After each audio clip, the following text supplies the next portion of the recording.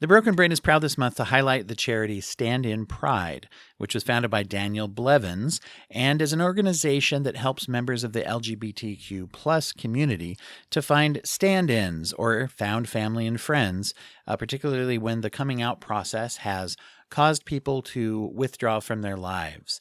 And they might find that they need a stand-in family and friends to attend weddings, funerals, receptions, graduations, things of that nature, and on a deeper level to create that social support system that they, like all of us, need and crave. You can find the Stand in Pride app, which is a way to join and to volunteer and follow through to be an ally or to find people who are there for you. Go to your app store for your phone and look up Stand in Pride. You can follow Daniel Blevins on Instagram or TikTok at _zombie_Dan and learn more about this this local charity that he started. It's a local charity that also has, international reach due to the technology and app. You can learn more about and support their program by going to standinpride.org. Download the app. You can donate. You can also buy merch that they have available as well.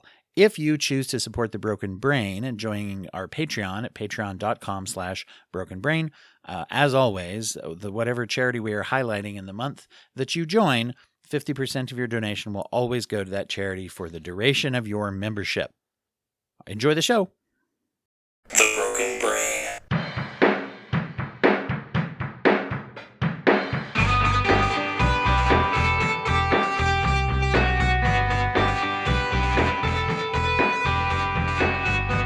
Recording in progress.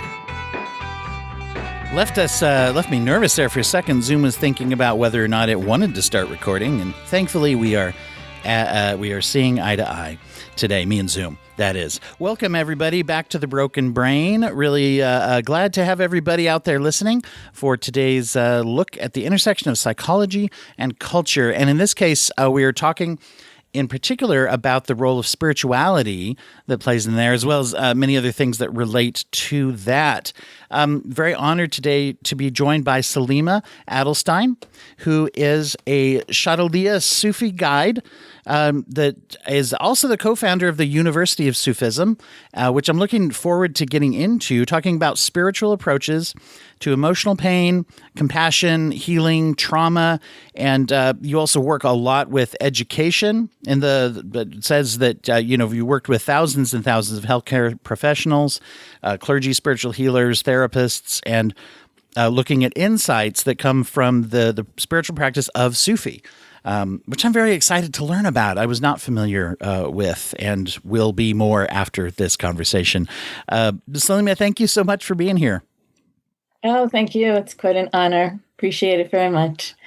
Well, let's see. Could you introduce yourself to everybody and let them know a little bit about yourself and how did you get into this spiritual guide and this kind of work that you do? Like anything in life, it came to me rather than me seeking it. The name Salima was actually given to me by a Sufi guide in Palestine who I met on the many travels that I had been going on, from India to Europe to all over the world, actually, kind of seeking truth and seeking a higher consciousness and real meaning in life.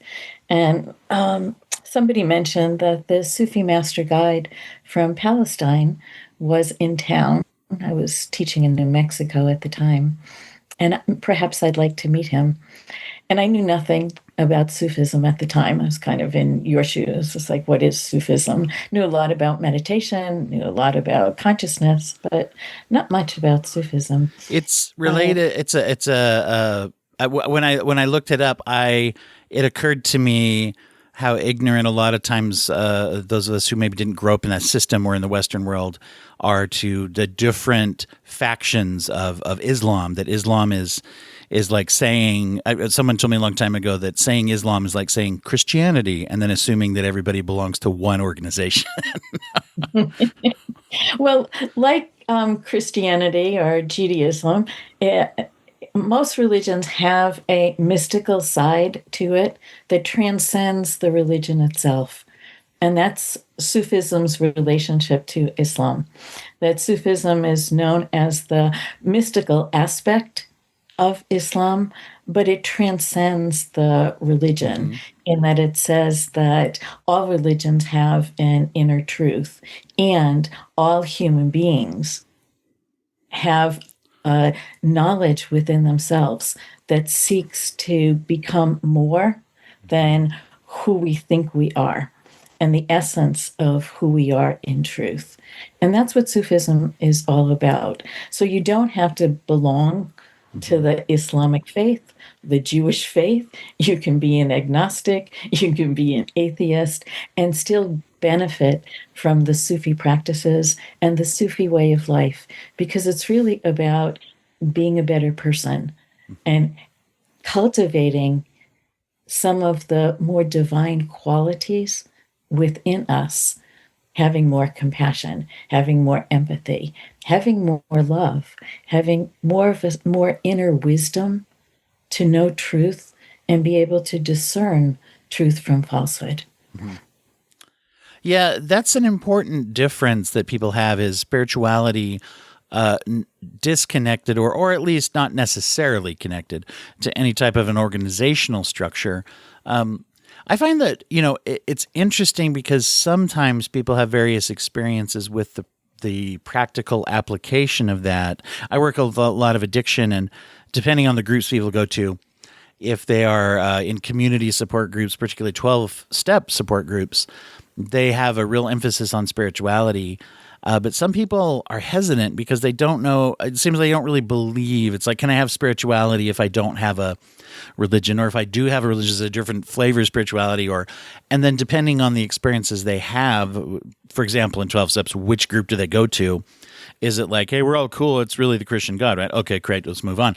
And it's like, whoa, hold on. No, it's supposed to find something bigger than yourself. And how do you interpret and define that? Through your studies and experience, how would you define a concept of spirituality? The concept of spirituality really has to do with knowledge, the intersection of knowledge and, how can I describe it? The intersection of knowledge and belief. And in that, we find truth.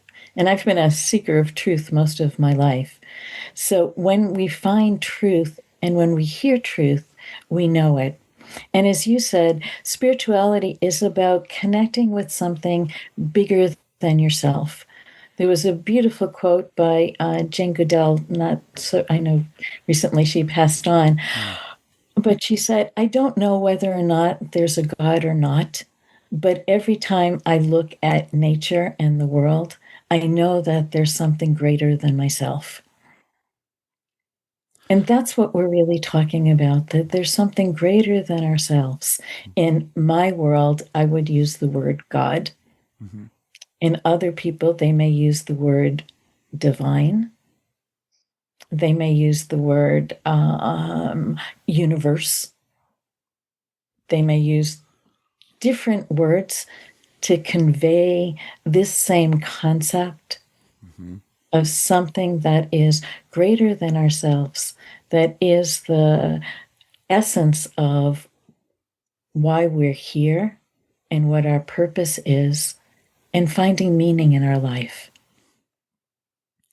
What can you talk about that application as it comes primarily to healthcare and for those professions as you go around and train people that are, kind of specializing in helping with, these different aspects of psychological, medical, people in those needs. How did you get to a point where you started to connect those and that became part of your mission? Is that a good way to say it? Yeah, sure. The beautiful part of Shadaliya Sufism is it's not just the spiritual practices, but it also has a very strong healing component. And in that healing component, we call it Sufi spiritual healing, we're looking at what is the root cause of what's happening in either a disease state are in a trauma state or in an addiction state. There's something sort of missing. There's like something that we're trying to fill, and we're looking sort of outside of ourselves to try to fill that. And inevitably, when we look outside for something, it's never quite going to fill that gap. So, what Sufism teaches is how to go in and find that inner light, that inner love, that inner place of safety. For most people, issues around safety become really important, issues around trust. How do we find that within?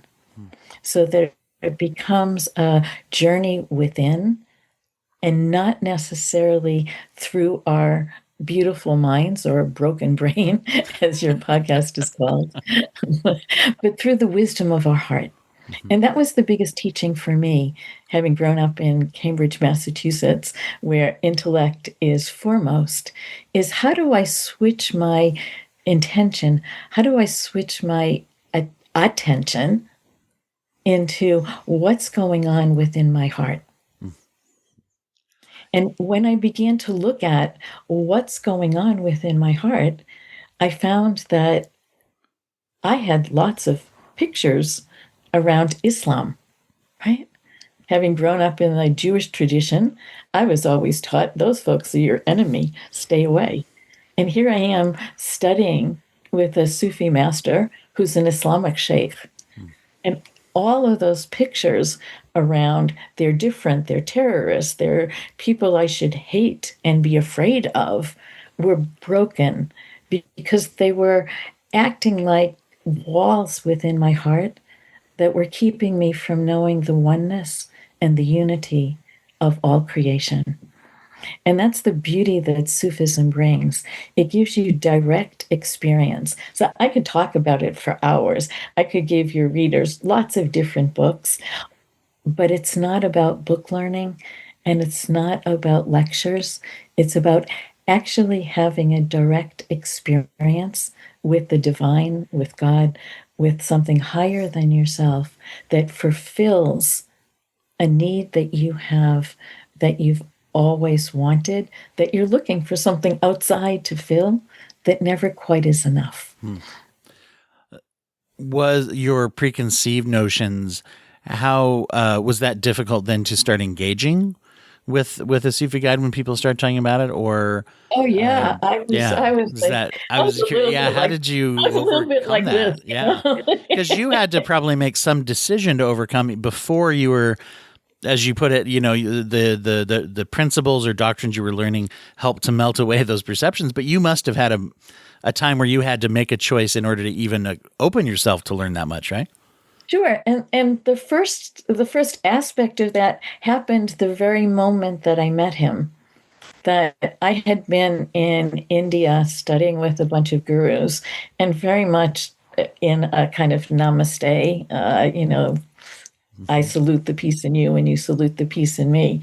And here I meet, an Islamic Sufi sheikh.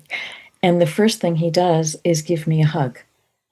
Unheard of in the Islamic world, unheard of in the world that I just left in India. And in that moment of that hug, something broke open in my heart.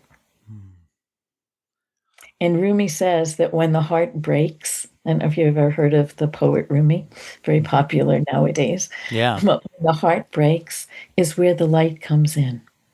And that was my first real experience. I've had many sort of out of body experiences in meditation, but this is the first experience that I had of the light within. And having that light, which later became deep love and an unconditional love and an empathy and a compassion for all of humanity, whether I knew about them, whether I liked them or not, and changed my reality, which then formed I want to teach this to everybody I know because, we can be, I work with many psychotherapists and many therapists, and they may be with people for 3 to 5 to 10 years in therapy. And what they found in using these Sufi spiritual practices and Sufi spiritual principles is that things move a lot faster for the person because we're taking what we would call wounds or stains in the heart and washing them and purifying them with the deep love, with the deep compassion, and literally taking them and washing them, just like we wash our clothes to get clean. It's like our heart is being washed by these Sufi practices. And you get to see a clearer image, a clearer perception of your life and the life around you. I don't know if you ever experienced this as a kid, but you know those circus mirrors and fun mirrors where we say Oh, like the a heart. distortion mirrors, the wave that make you look Yeah, tall, yeah, bigger, smaller, whatever. you got it. Well, our heart is like that mirror, and we have many distorted perceptions. Mm-hmm. I'm not good enough, right? I haven't perfected what I need to perfect in my life. I'm disappointing people. I'm behaving in ways that are self destructive to myself.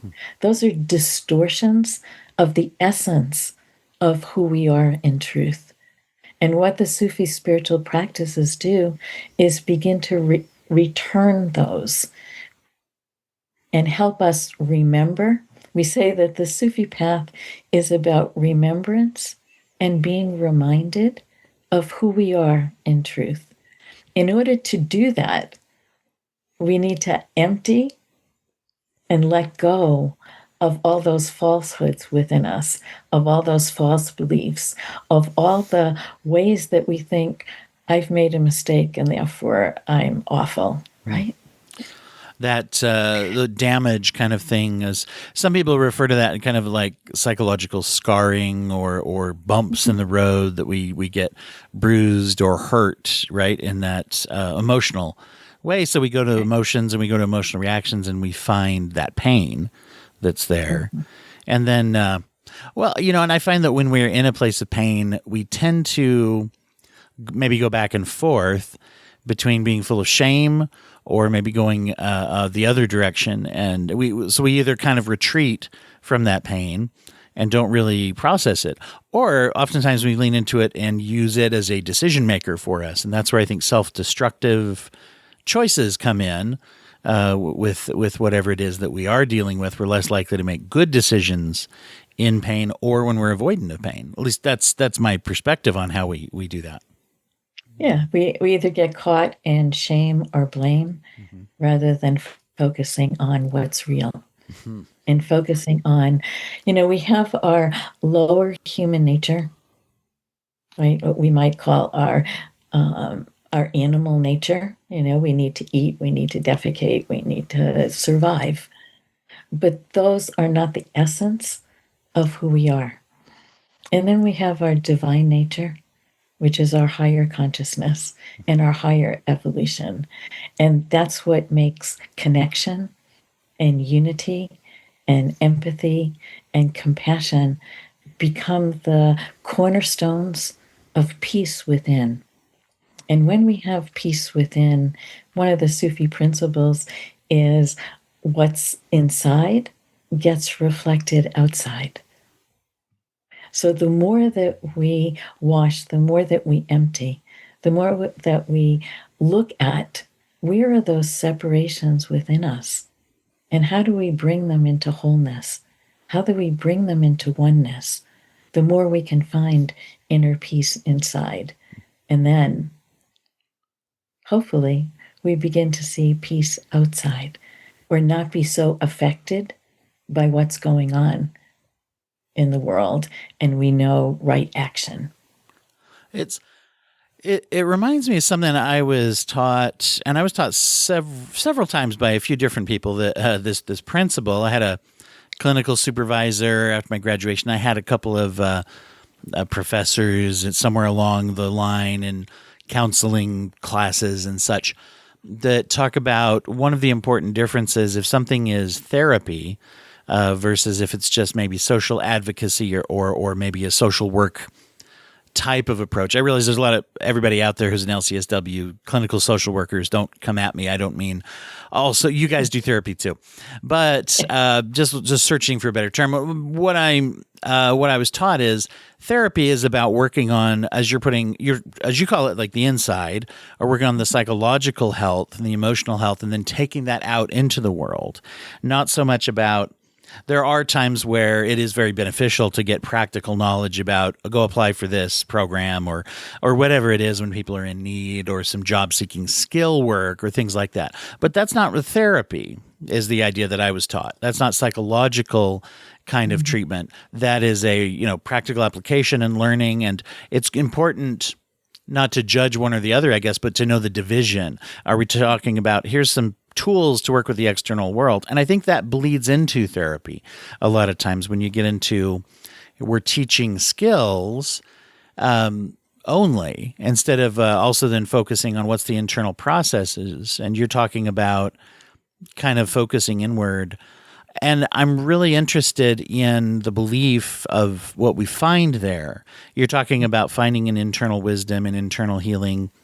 It sounds like that is the belief is that would be pre-existent. We're discovering it, not creating it. Am I interpreting that right, is what you're saying?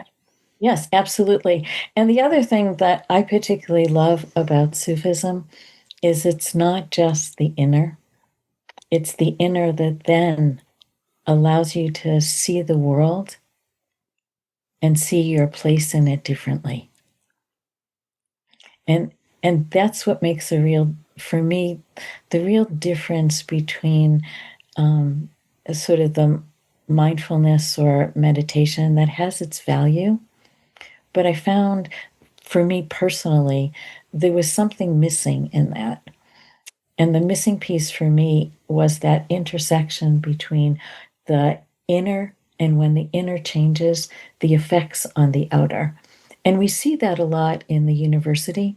When people are working on, let's say, for example, a family issue or a family problem that they may have had, they find that without even talking to either their sibling, their parents, or their children, change happens just by changing something within themselves.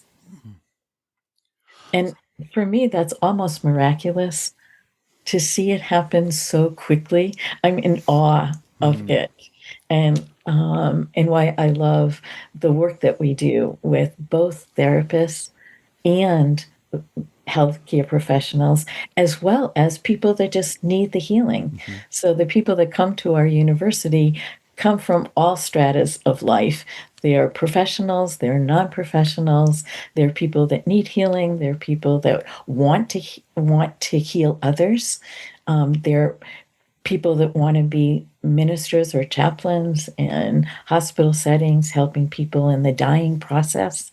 We have a beautiful expression, sometimes it can be funny too, of die before you die is one of the principles in Sufism. Well, what does that mean, to die before you die? Take a moment, let your audience or you think about that. It reminds me actually of a Christian principle too. People talk about lose your life to find it. That reminds me of that. It's a biblical term, right? And I'm sure there's other traditions that have that concept. But yeah, that's. Can you break that down a little for people, and how do you teach that? Because when we're so focused on our ego, when we're so focused on our I, that begins to drive our life. When we die physically, that I leaves us. And all that's left is our spirit, our soul. Why not discover that now before you die? When you're approaching that, as you're coming upon people, and maybe my background, of course, right, in therapy. So if I come in and I'm learning some of these principles, how do I bring this into work with people? What are some ways, how would I, if I'm going to start using that with people, how would I do that? So the first thing is to help people discern. Discernment becomes really an important part of this whole process. So, the first thing I might recommend is to discern what we might call in Sufism the voices. What are the voice of myself? What are the voice of my I? Right? So I begin to know, oh, this is the voice of my ego talking. I want this. I want a big house. I want a new car. I want, right? Whatever. Then there's the voice of what I would call the whisperer. And the whisperer is an outside voice that whispers to us, you're not good enough to have that new car. You just got yourself in trouble. You're a bad person. You just made that big mistake. You're never going to finish grad school, whatever it is. We all know those outside voices that operate within us, right? And that kind of externalizes then the voices of shame and things to say this is where we're taught that. Is that, am I getting that from the experiences or from people telling us? Yeah. Exactly, right? And then there's the voice of what I would call the divine within or divine guidance. And what we teach is how to recognize those voices because they all exist. And then which one do we want to choose to pay attention to? And how do we alleviate this outside voice? How do we begin to create a boundary and a safety so this voice never gets inside? For many people, that voice internalizes with the voice of the ego and it becomes inseparable.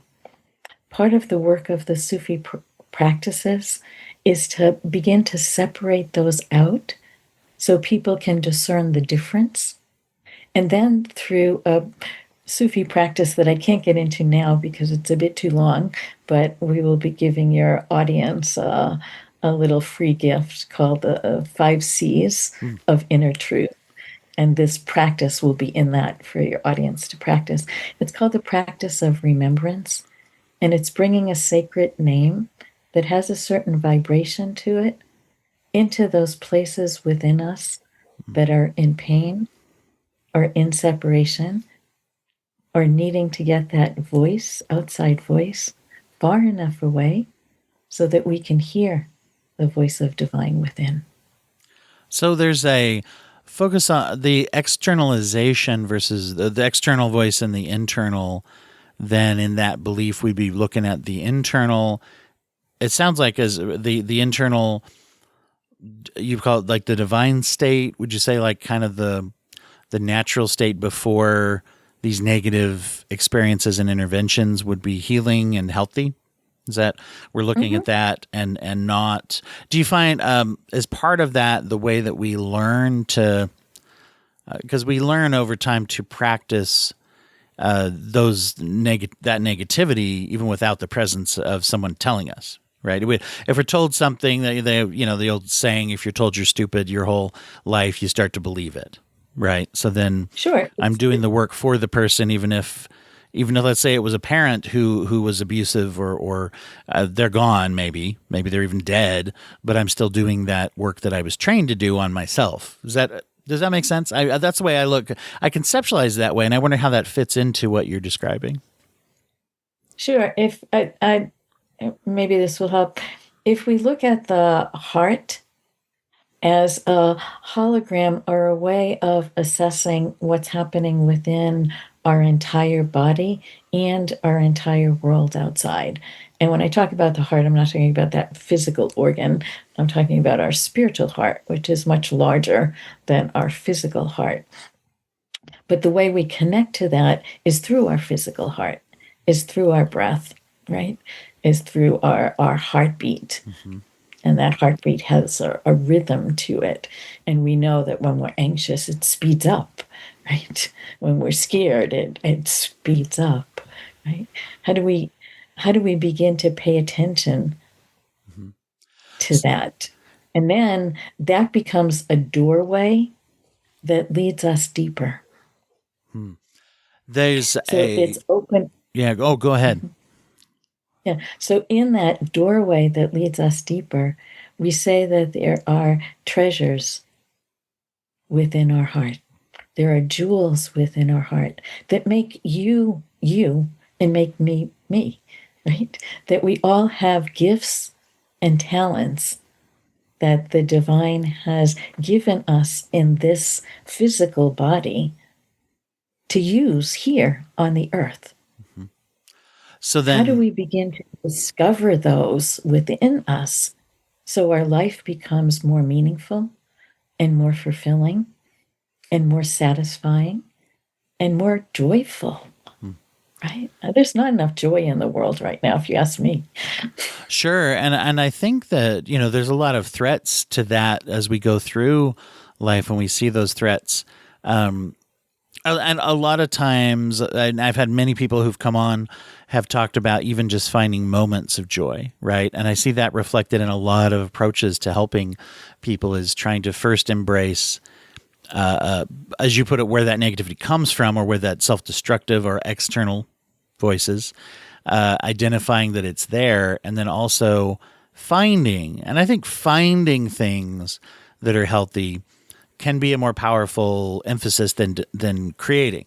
Obviously, there's things that we do and things that we act upon and that we can, but a lot of that really, even that is discovering things that sort of work for us and click. And I think there's that hopefully relationship with the internal that as you're talking, I'm getting the idea that this belief also is that we're trying to be healthy. And that ties in with something I believe a lot, which is we're reacting to the world because we have internal parts of us. And I find that sometimes the people who do the most self-destructive actions or even lash out at others, when you really get down to it, are some of the most emotionally sensitive people. But people don't give them that feedback when they're hurting themselves and others and say, well, you seem really emotionally sensitive. And I find when I say that to people, they're often like, what are you talking about? Everybody says I'm a selfish bastard or whatever. And trying to get into that, it's like, no, you've been damaged, you've been hurt, you're reacting to that in a lot of ways. If that makes sense. And that's why most people don't want to go into their heart, because there is so much pain there. And giving them a safety to be able to go in and explore and heal that part is life transforming. I remember someone who came to the university, and she was really just struggling and not really feeling good about herself. And as we were doing some of the Sufi practices in class, she noticed that she had never forgiven herself for giving up her child when she was a teenager, and obviously couldn't take care of the child, so she gave it up. And through this Sufi spiritual healing, what she discovered was, I can look for that child now. And after 20 years, she found this child that she gave up. And the two of them now are part of a larger family. And it totally changed her whole way of being. She was able to forgive herself for that, and was able to find the joy of this child that she had gave up many years ago. And that's some of the ways that I've experienced Sufism changing people's lives and then changing the world that they live in. And that's why I love working with therapists so much, because therapists are in a position of seeing people in those struggles and helping them through it. And by adding the spiritual component, it just opens up new vistas for the therapeutic model. As you're saying that, it reminds me of, you said earlier, you noticed as the healing was happening that there was a feeling of empathy. And empathy, of course, then when we're interacting with a sense of family, community, other people, right?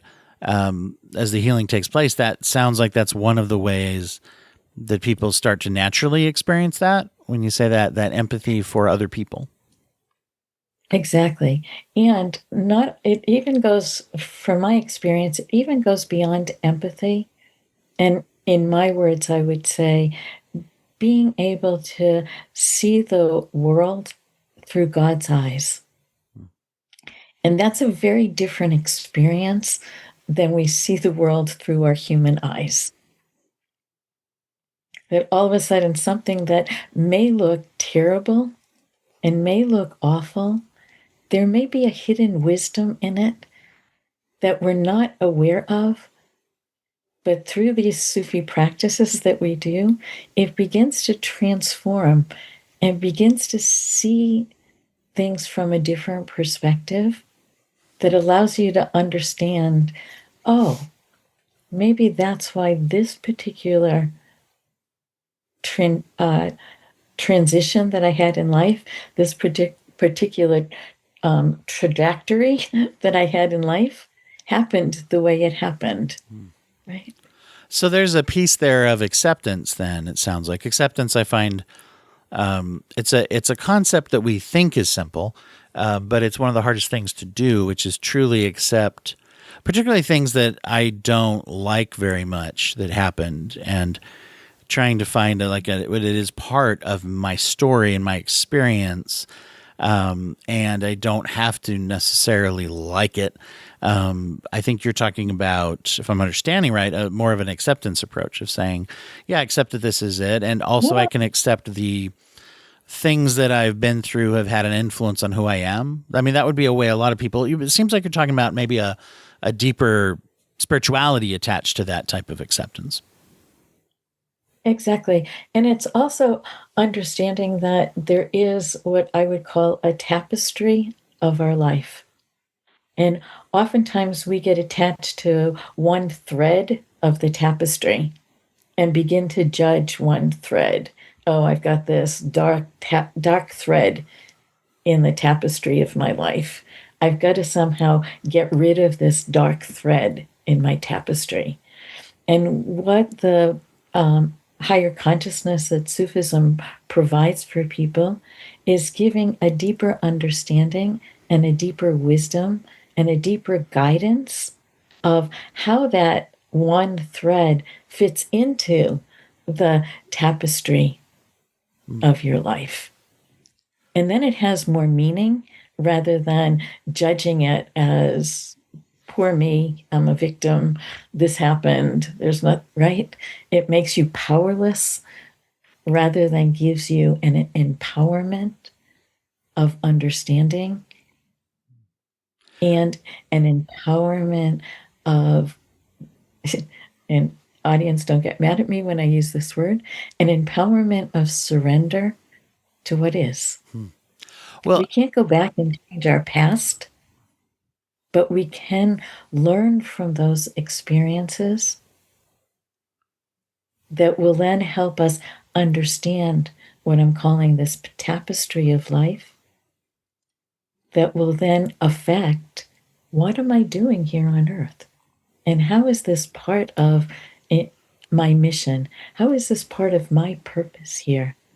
So that I feel successful in this world, knowing that I've created the life that's meaningful for me based on all these beautiful gifts that I've been given throughout my life.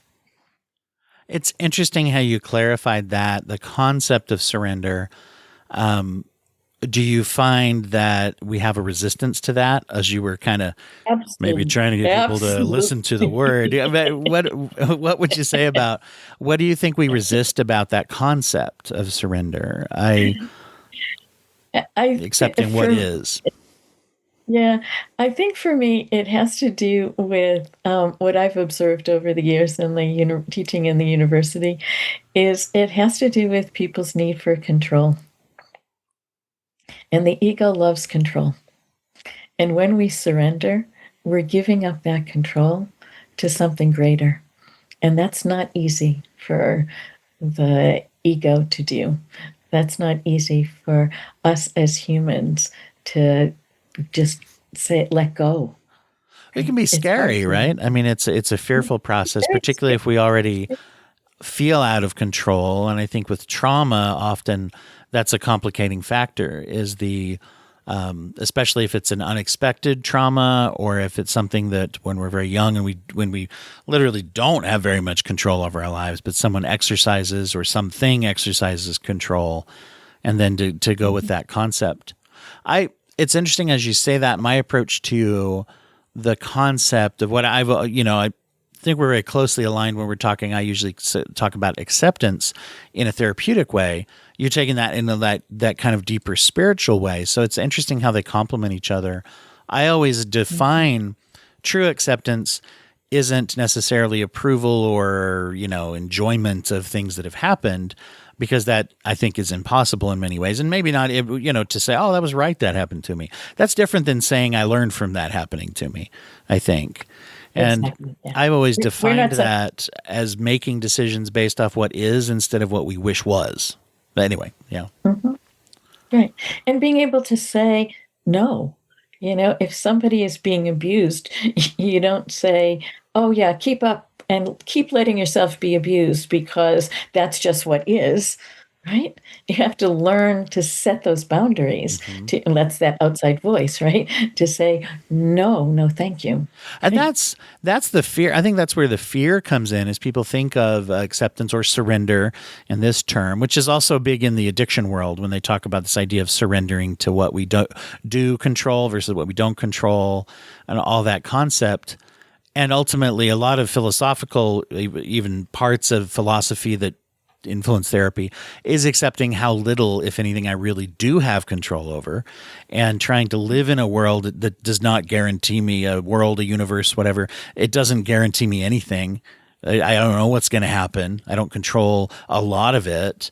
And then trying, that's exactly right. I think the fear comes in where people are like, well, does that mean that I have to accept and so I should just be okay with stuff? And it's like, no. In fact, I find that real acceptance of what is actually leads to a greater likelihood of healthy change. Because then we accept, like, I can make decisions. What is I'm in this situation and I shouldn't be, I don't want to be. And so now I have to make decisions based off that instead of just kind of pretending it's okay, or even having that more, I'd call shallow version of an acceptance, right? Of saying that I'll just accept it. It's like, no. You accept that you also deserve to be healthy and safe. Yeah. Exactly. And then the other thing that I found very helpful is looking for, in those experiences that have happened to us that we don't particularly like or that aren't particularly healthy for us. I've worked with veterans, for example, that have been in war. And one of the things that I asked them to look at is, what was the mercy in the experience that you had? One of the Sufi principles is that God's mercy is in everything. So can we look at, what is the mercy in this situation that you were in? And I wasn't sure what the response to that would be. We did a little bit of what the practice of remembrance, which is one of the core principles in Sufism. So we did a little practice with remembrance, and then the quality, because there are many what we call divine qualities in Sufism. So we did a little practice with these divine qualities, and then sat just quietly after doing those Sufi practices to then ask that question, what was the mercy in this? And honestly, I was astonished at some of the responses that these veterans came up with, and being able to say, oh, I realized I'm not who I am today if I didn't go through that. The experience that I look now at the preciousness of life, I never would have had if I hadn't gone through that awful experience of war. And for them to be able to discover that within themselves has shifted their consciousness around much of the horror of what they experienced. And especially for Vietnam vets who came back to this country not being accepted and not being honored for the work that they did. And being put into situations often, that's the harm, right? Of being put into Yeah, situations which they were not making decisions, and then they were put in those situations, and then they were often the ones that were blamed more than the decision makers, even. Right. Yeah. exactly. Wow. Well, there's a lot here to find, and a lot more, as you said. Yeah, when we had set this up, I'd seen that you guys had that you wanted to share something with people, and I want to give people a chance to learn about that, as well as where to find you and follow your work with Sufi University. Before that, I always like to ask people about ways of giving back to the community, and if they are aware of charities or nonprofits. And in this case, you actually work closely with a nonprofit, and maybe you can share about that particular charity with people. Sure. We work closely with a charity called the Marifa Foundation. And the Marifa Foundation helps the poor and the needy. It also helps support scholarships for the university for people who might not be able to afford to come. It also works in creating healing centers and retreat centers across the globe so that people have a place where they can go to learn more about themselves and to find healing, as well as, most importantly to my heart, is ways of creating world peace. So these would be ways that it sounds like maybe there's saying on both sides to that, that there's the maybe practical application for those who are in need. And then you're talking about the, well, practical may not be the right word. I don't want to suggest spirituality is not practical, but I mean, there's the nuts and bolts needs, right?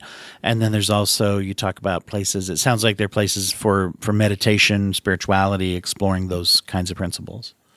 Yeah. Wow. Exactly. Well, Yeah. thank you for sharing that. Where do people find that? Is it Marifa? How do you spell that? Yeah, Marifa Foundation. Great. Well, tell people a little bit where they find you, and you've got, as you put it, something to share with people. Yes, we have a video and audio, as well as a little workbook series to give you a little taste of Sufism and the Sufi spiritual healing. It's called The Five C's of Inner Truth, and you can get that at www.sufinet.org or sufi.net, either one. And you can find me there as well as at sufiu.org. Great. And that's where people can gain this access to be able to learn about these things, these more Exactly. specific, We kind of have deeper things. exactly. We have new classes starting every 3 months, and you can take a weekend class or a week-long class or a year class, or if you want an extra degree in Master of Divinity, we offer Masters of Divinity in peacemaking and spiritual ministry and spiritual Sufi healing and living and dying in dignity. Well, thank you for sharing that with everybody.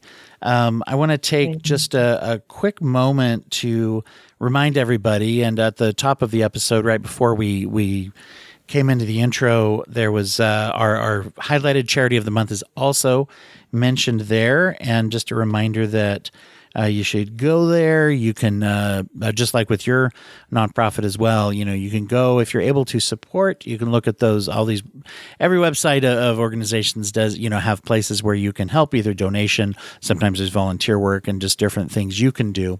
And as I always like to say, it doesn't cost us anything but a few seconds to throw out a link or share it, as we're already scrolling on our social media and everything to let people know where to find things that mean something to us. And as always, anybody who joins the Broken Brains Patreon, you get access to bonus materials of the episodes, but also 50% of your donation will go to the charity of highlight in the month in which you join, as long as you remain a donor. So, Salima, thank you so much for being here, and thanks for the work you're doing to help people. Yes, so thank you, and may your podcast continue to have success and benefit many, many people. Thank you so much.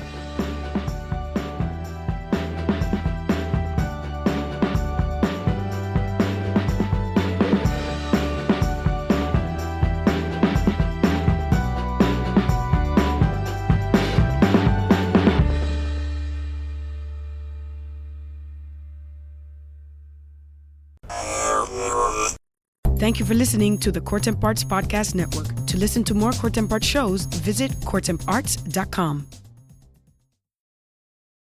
Hello, I am so glad you're here. Welcome to the To Mom is to Love podcast. My name is Valerie Probstveld. I am a nurse practitioner as well as an imperfect mom who loves. In fact, I thought I would be an A-plus mother before becoming a mom.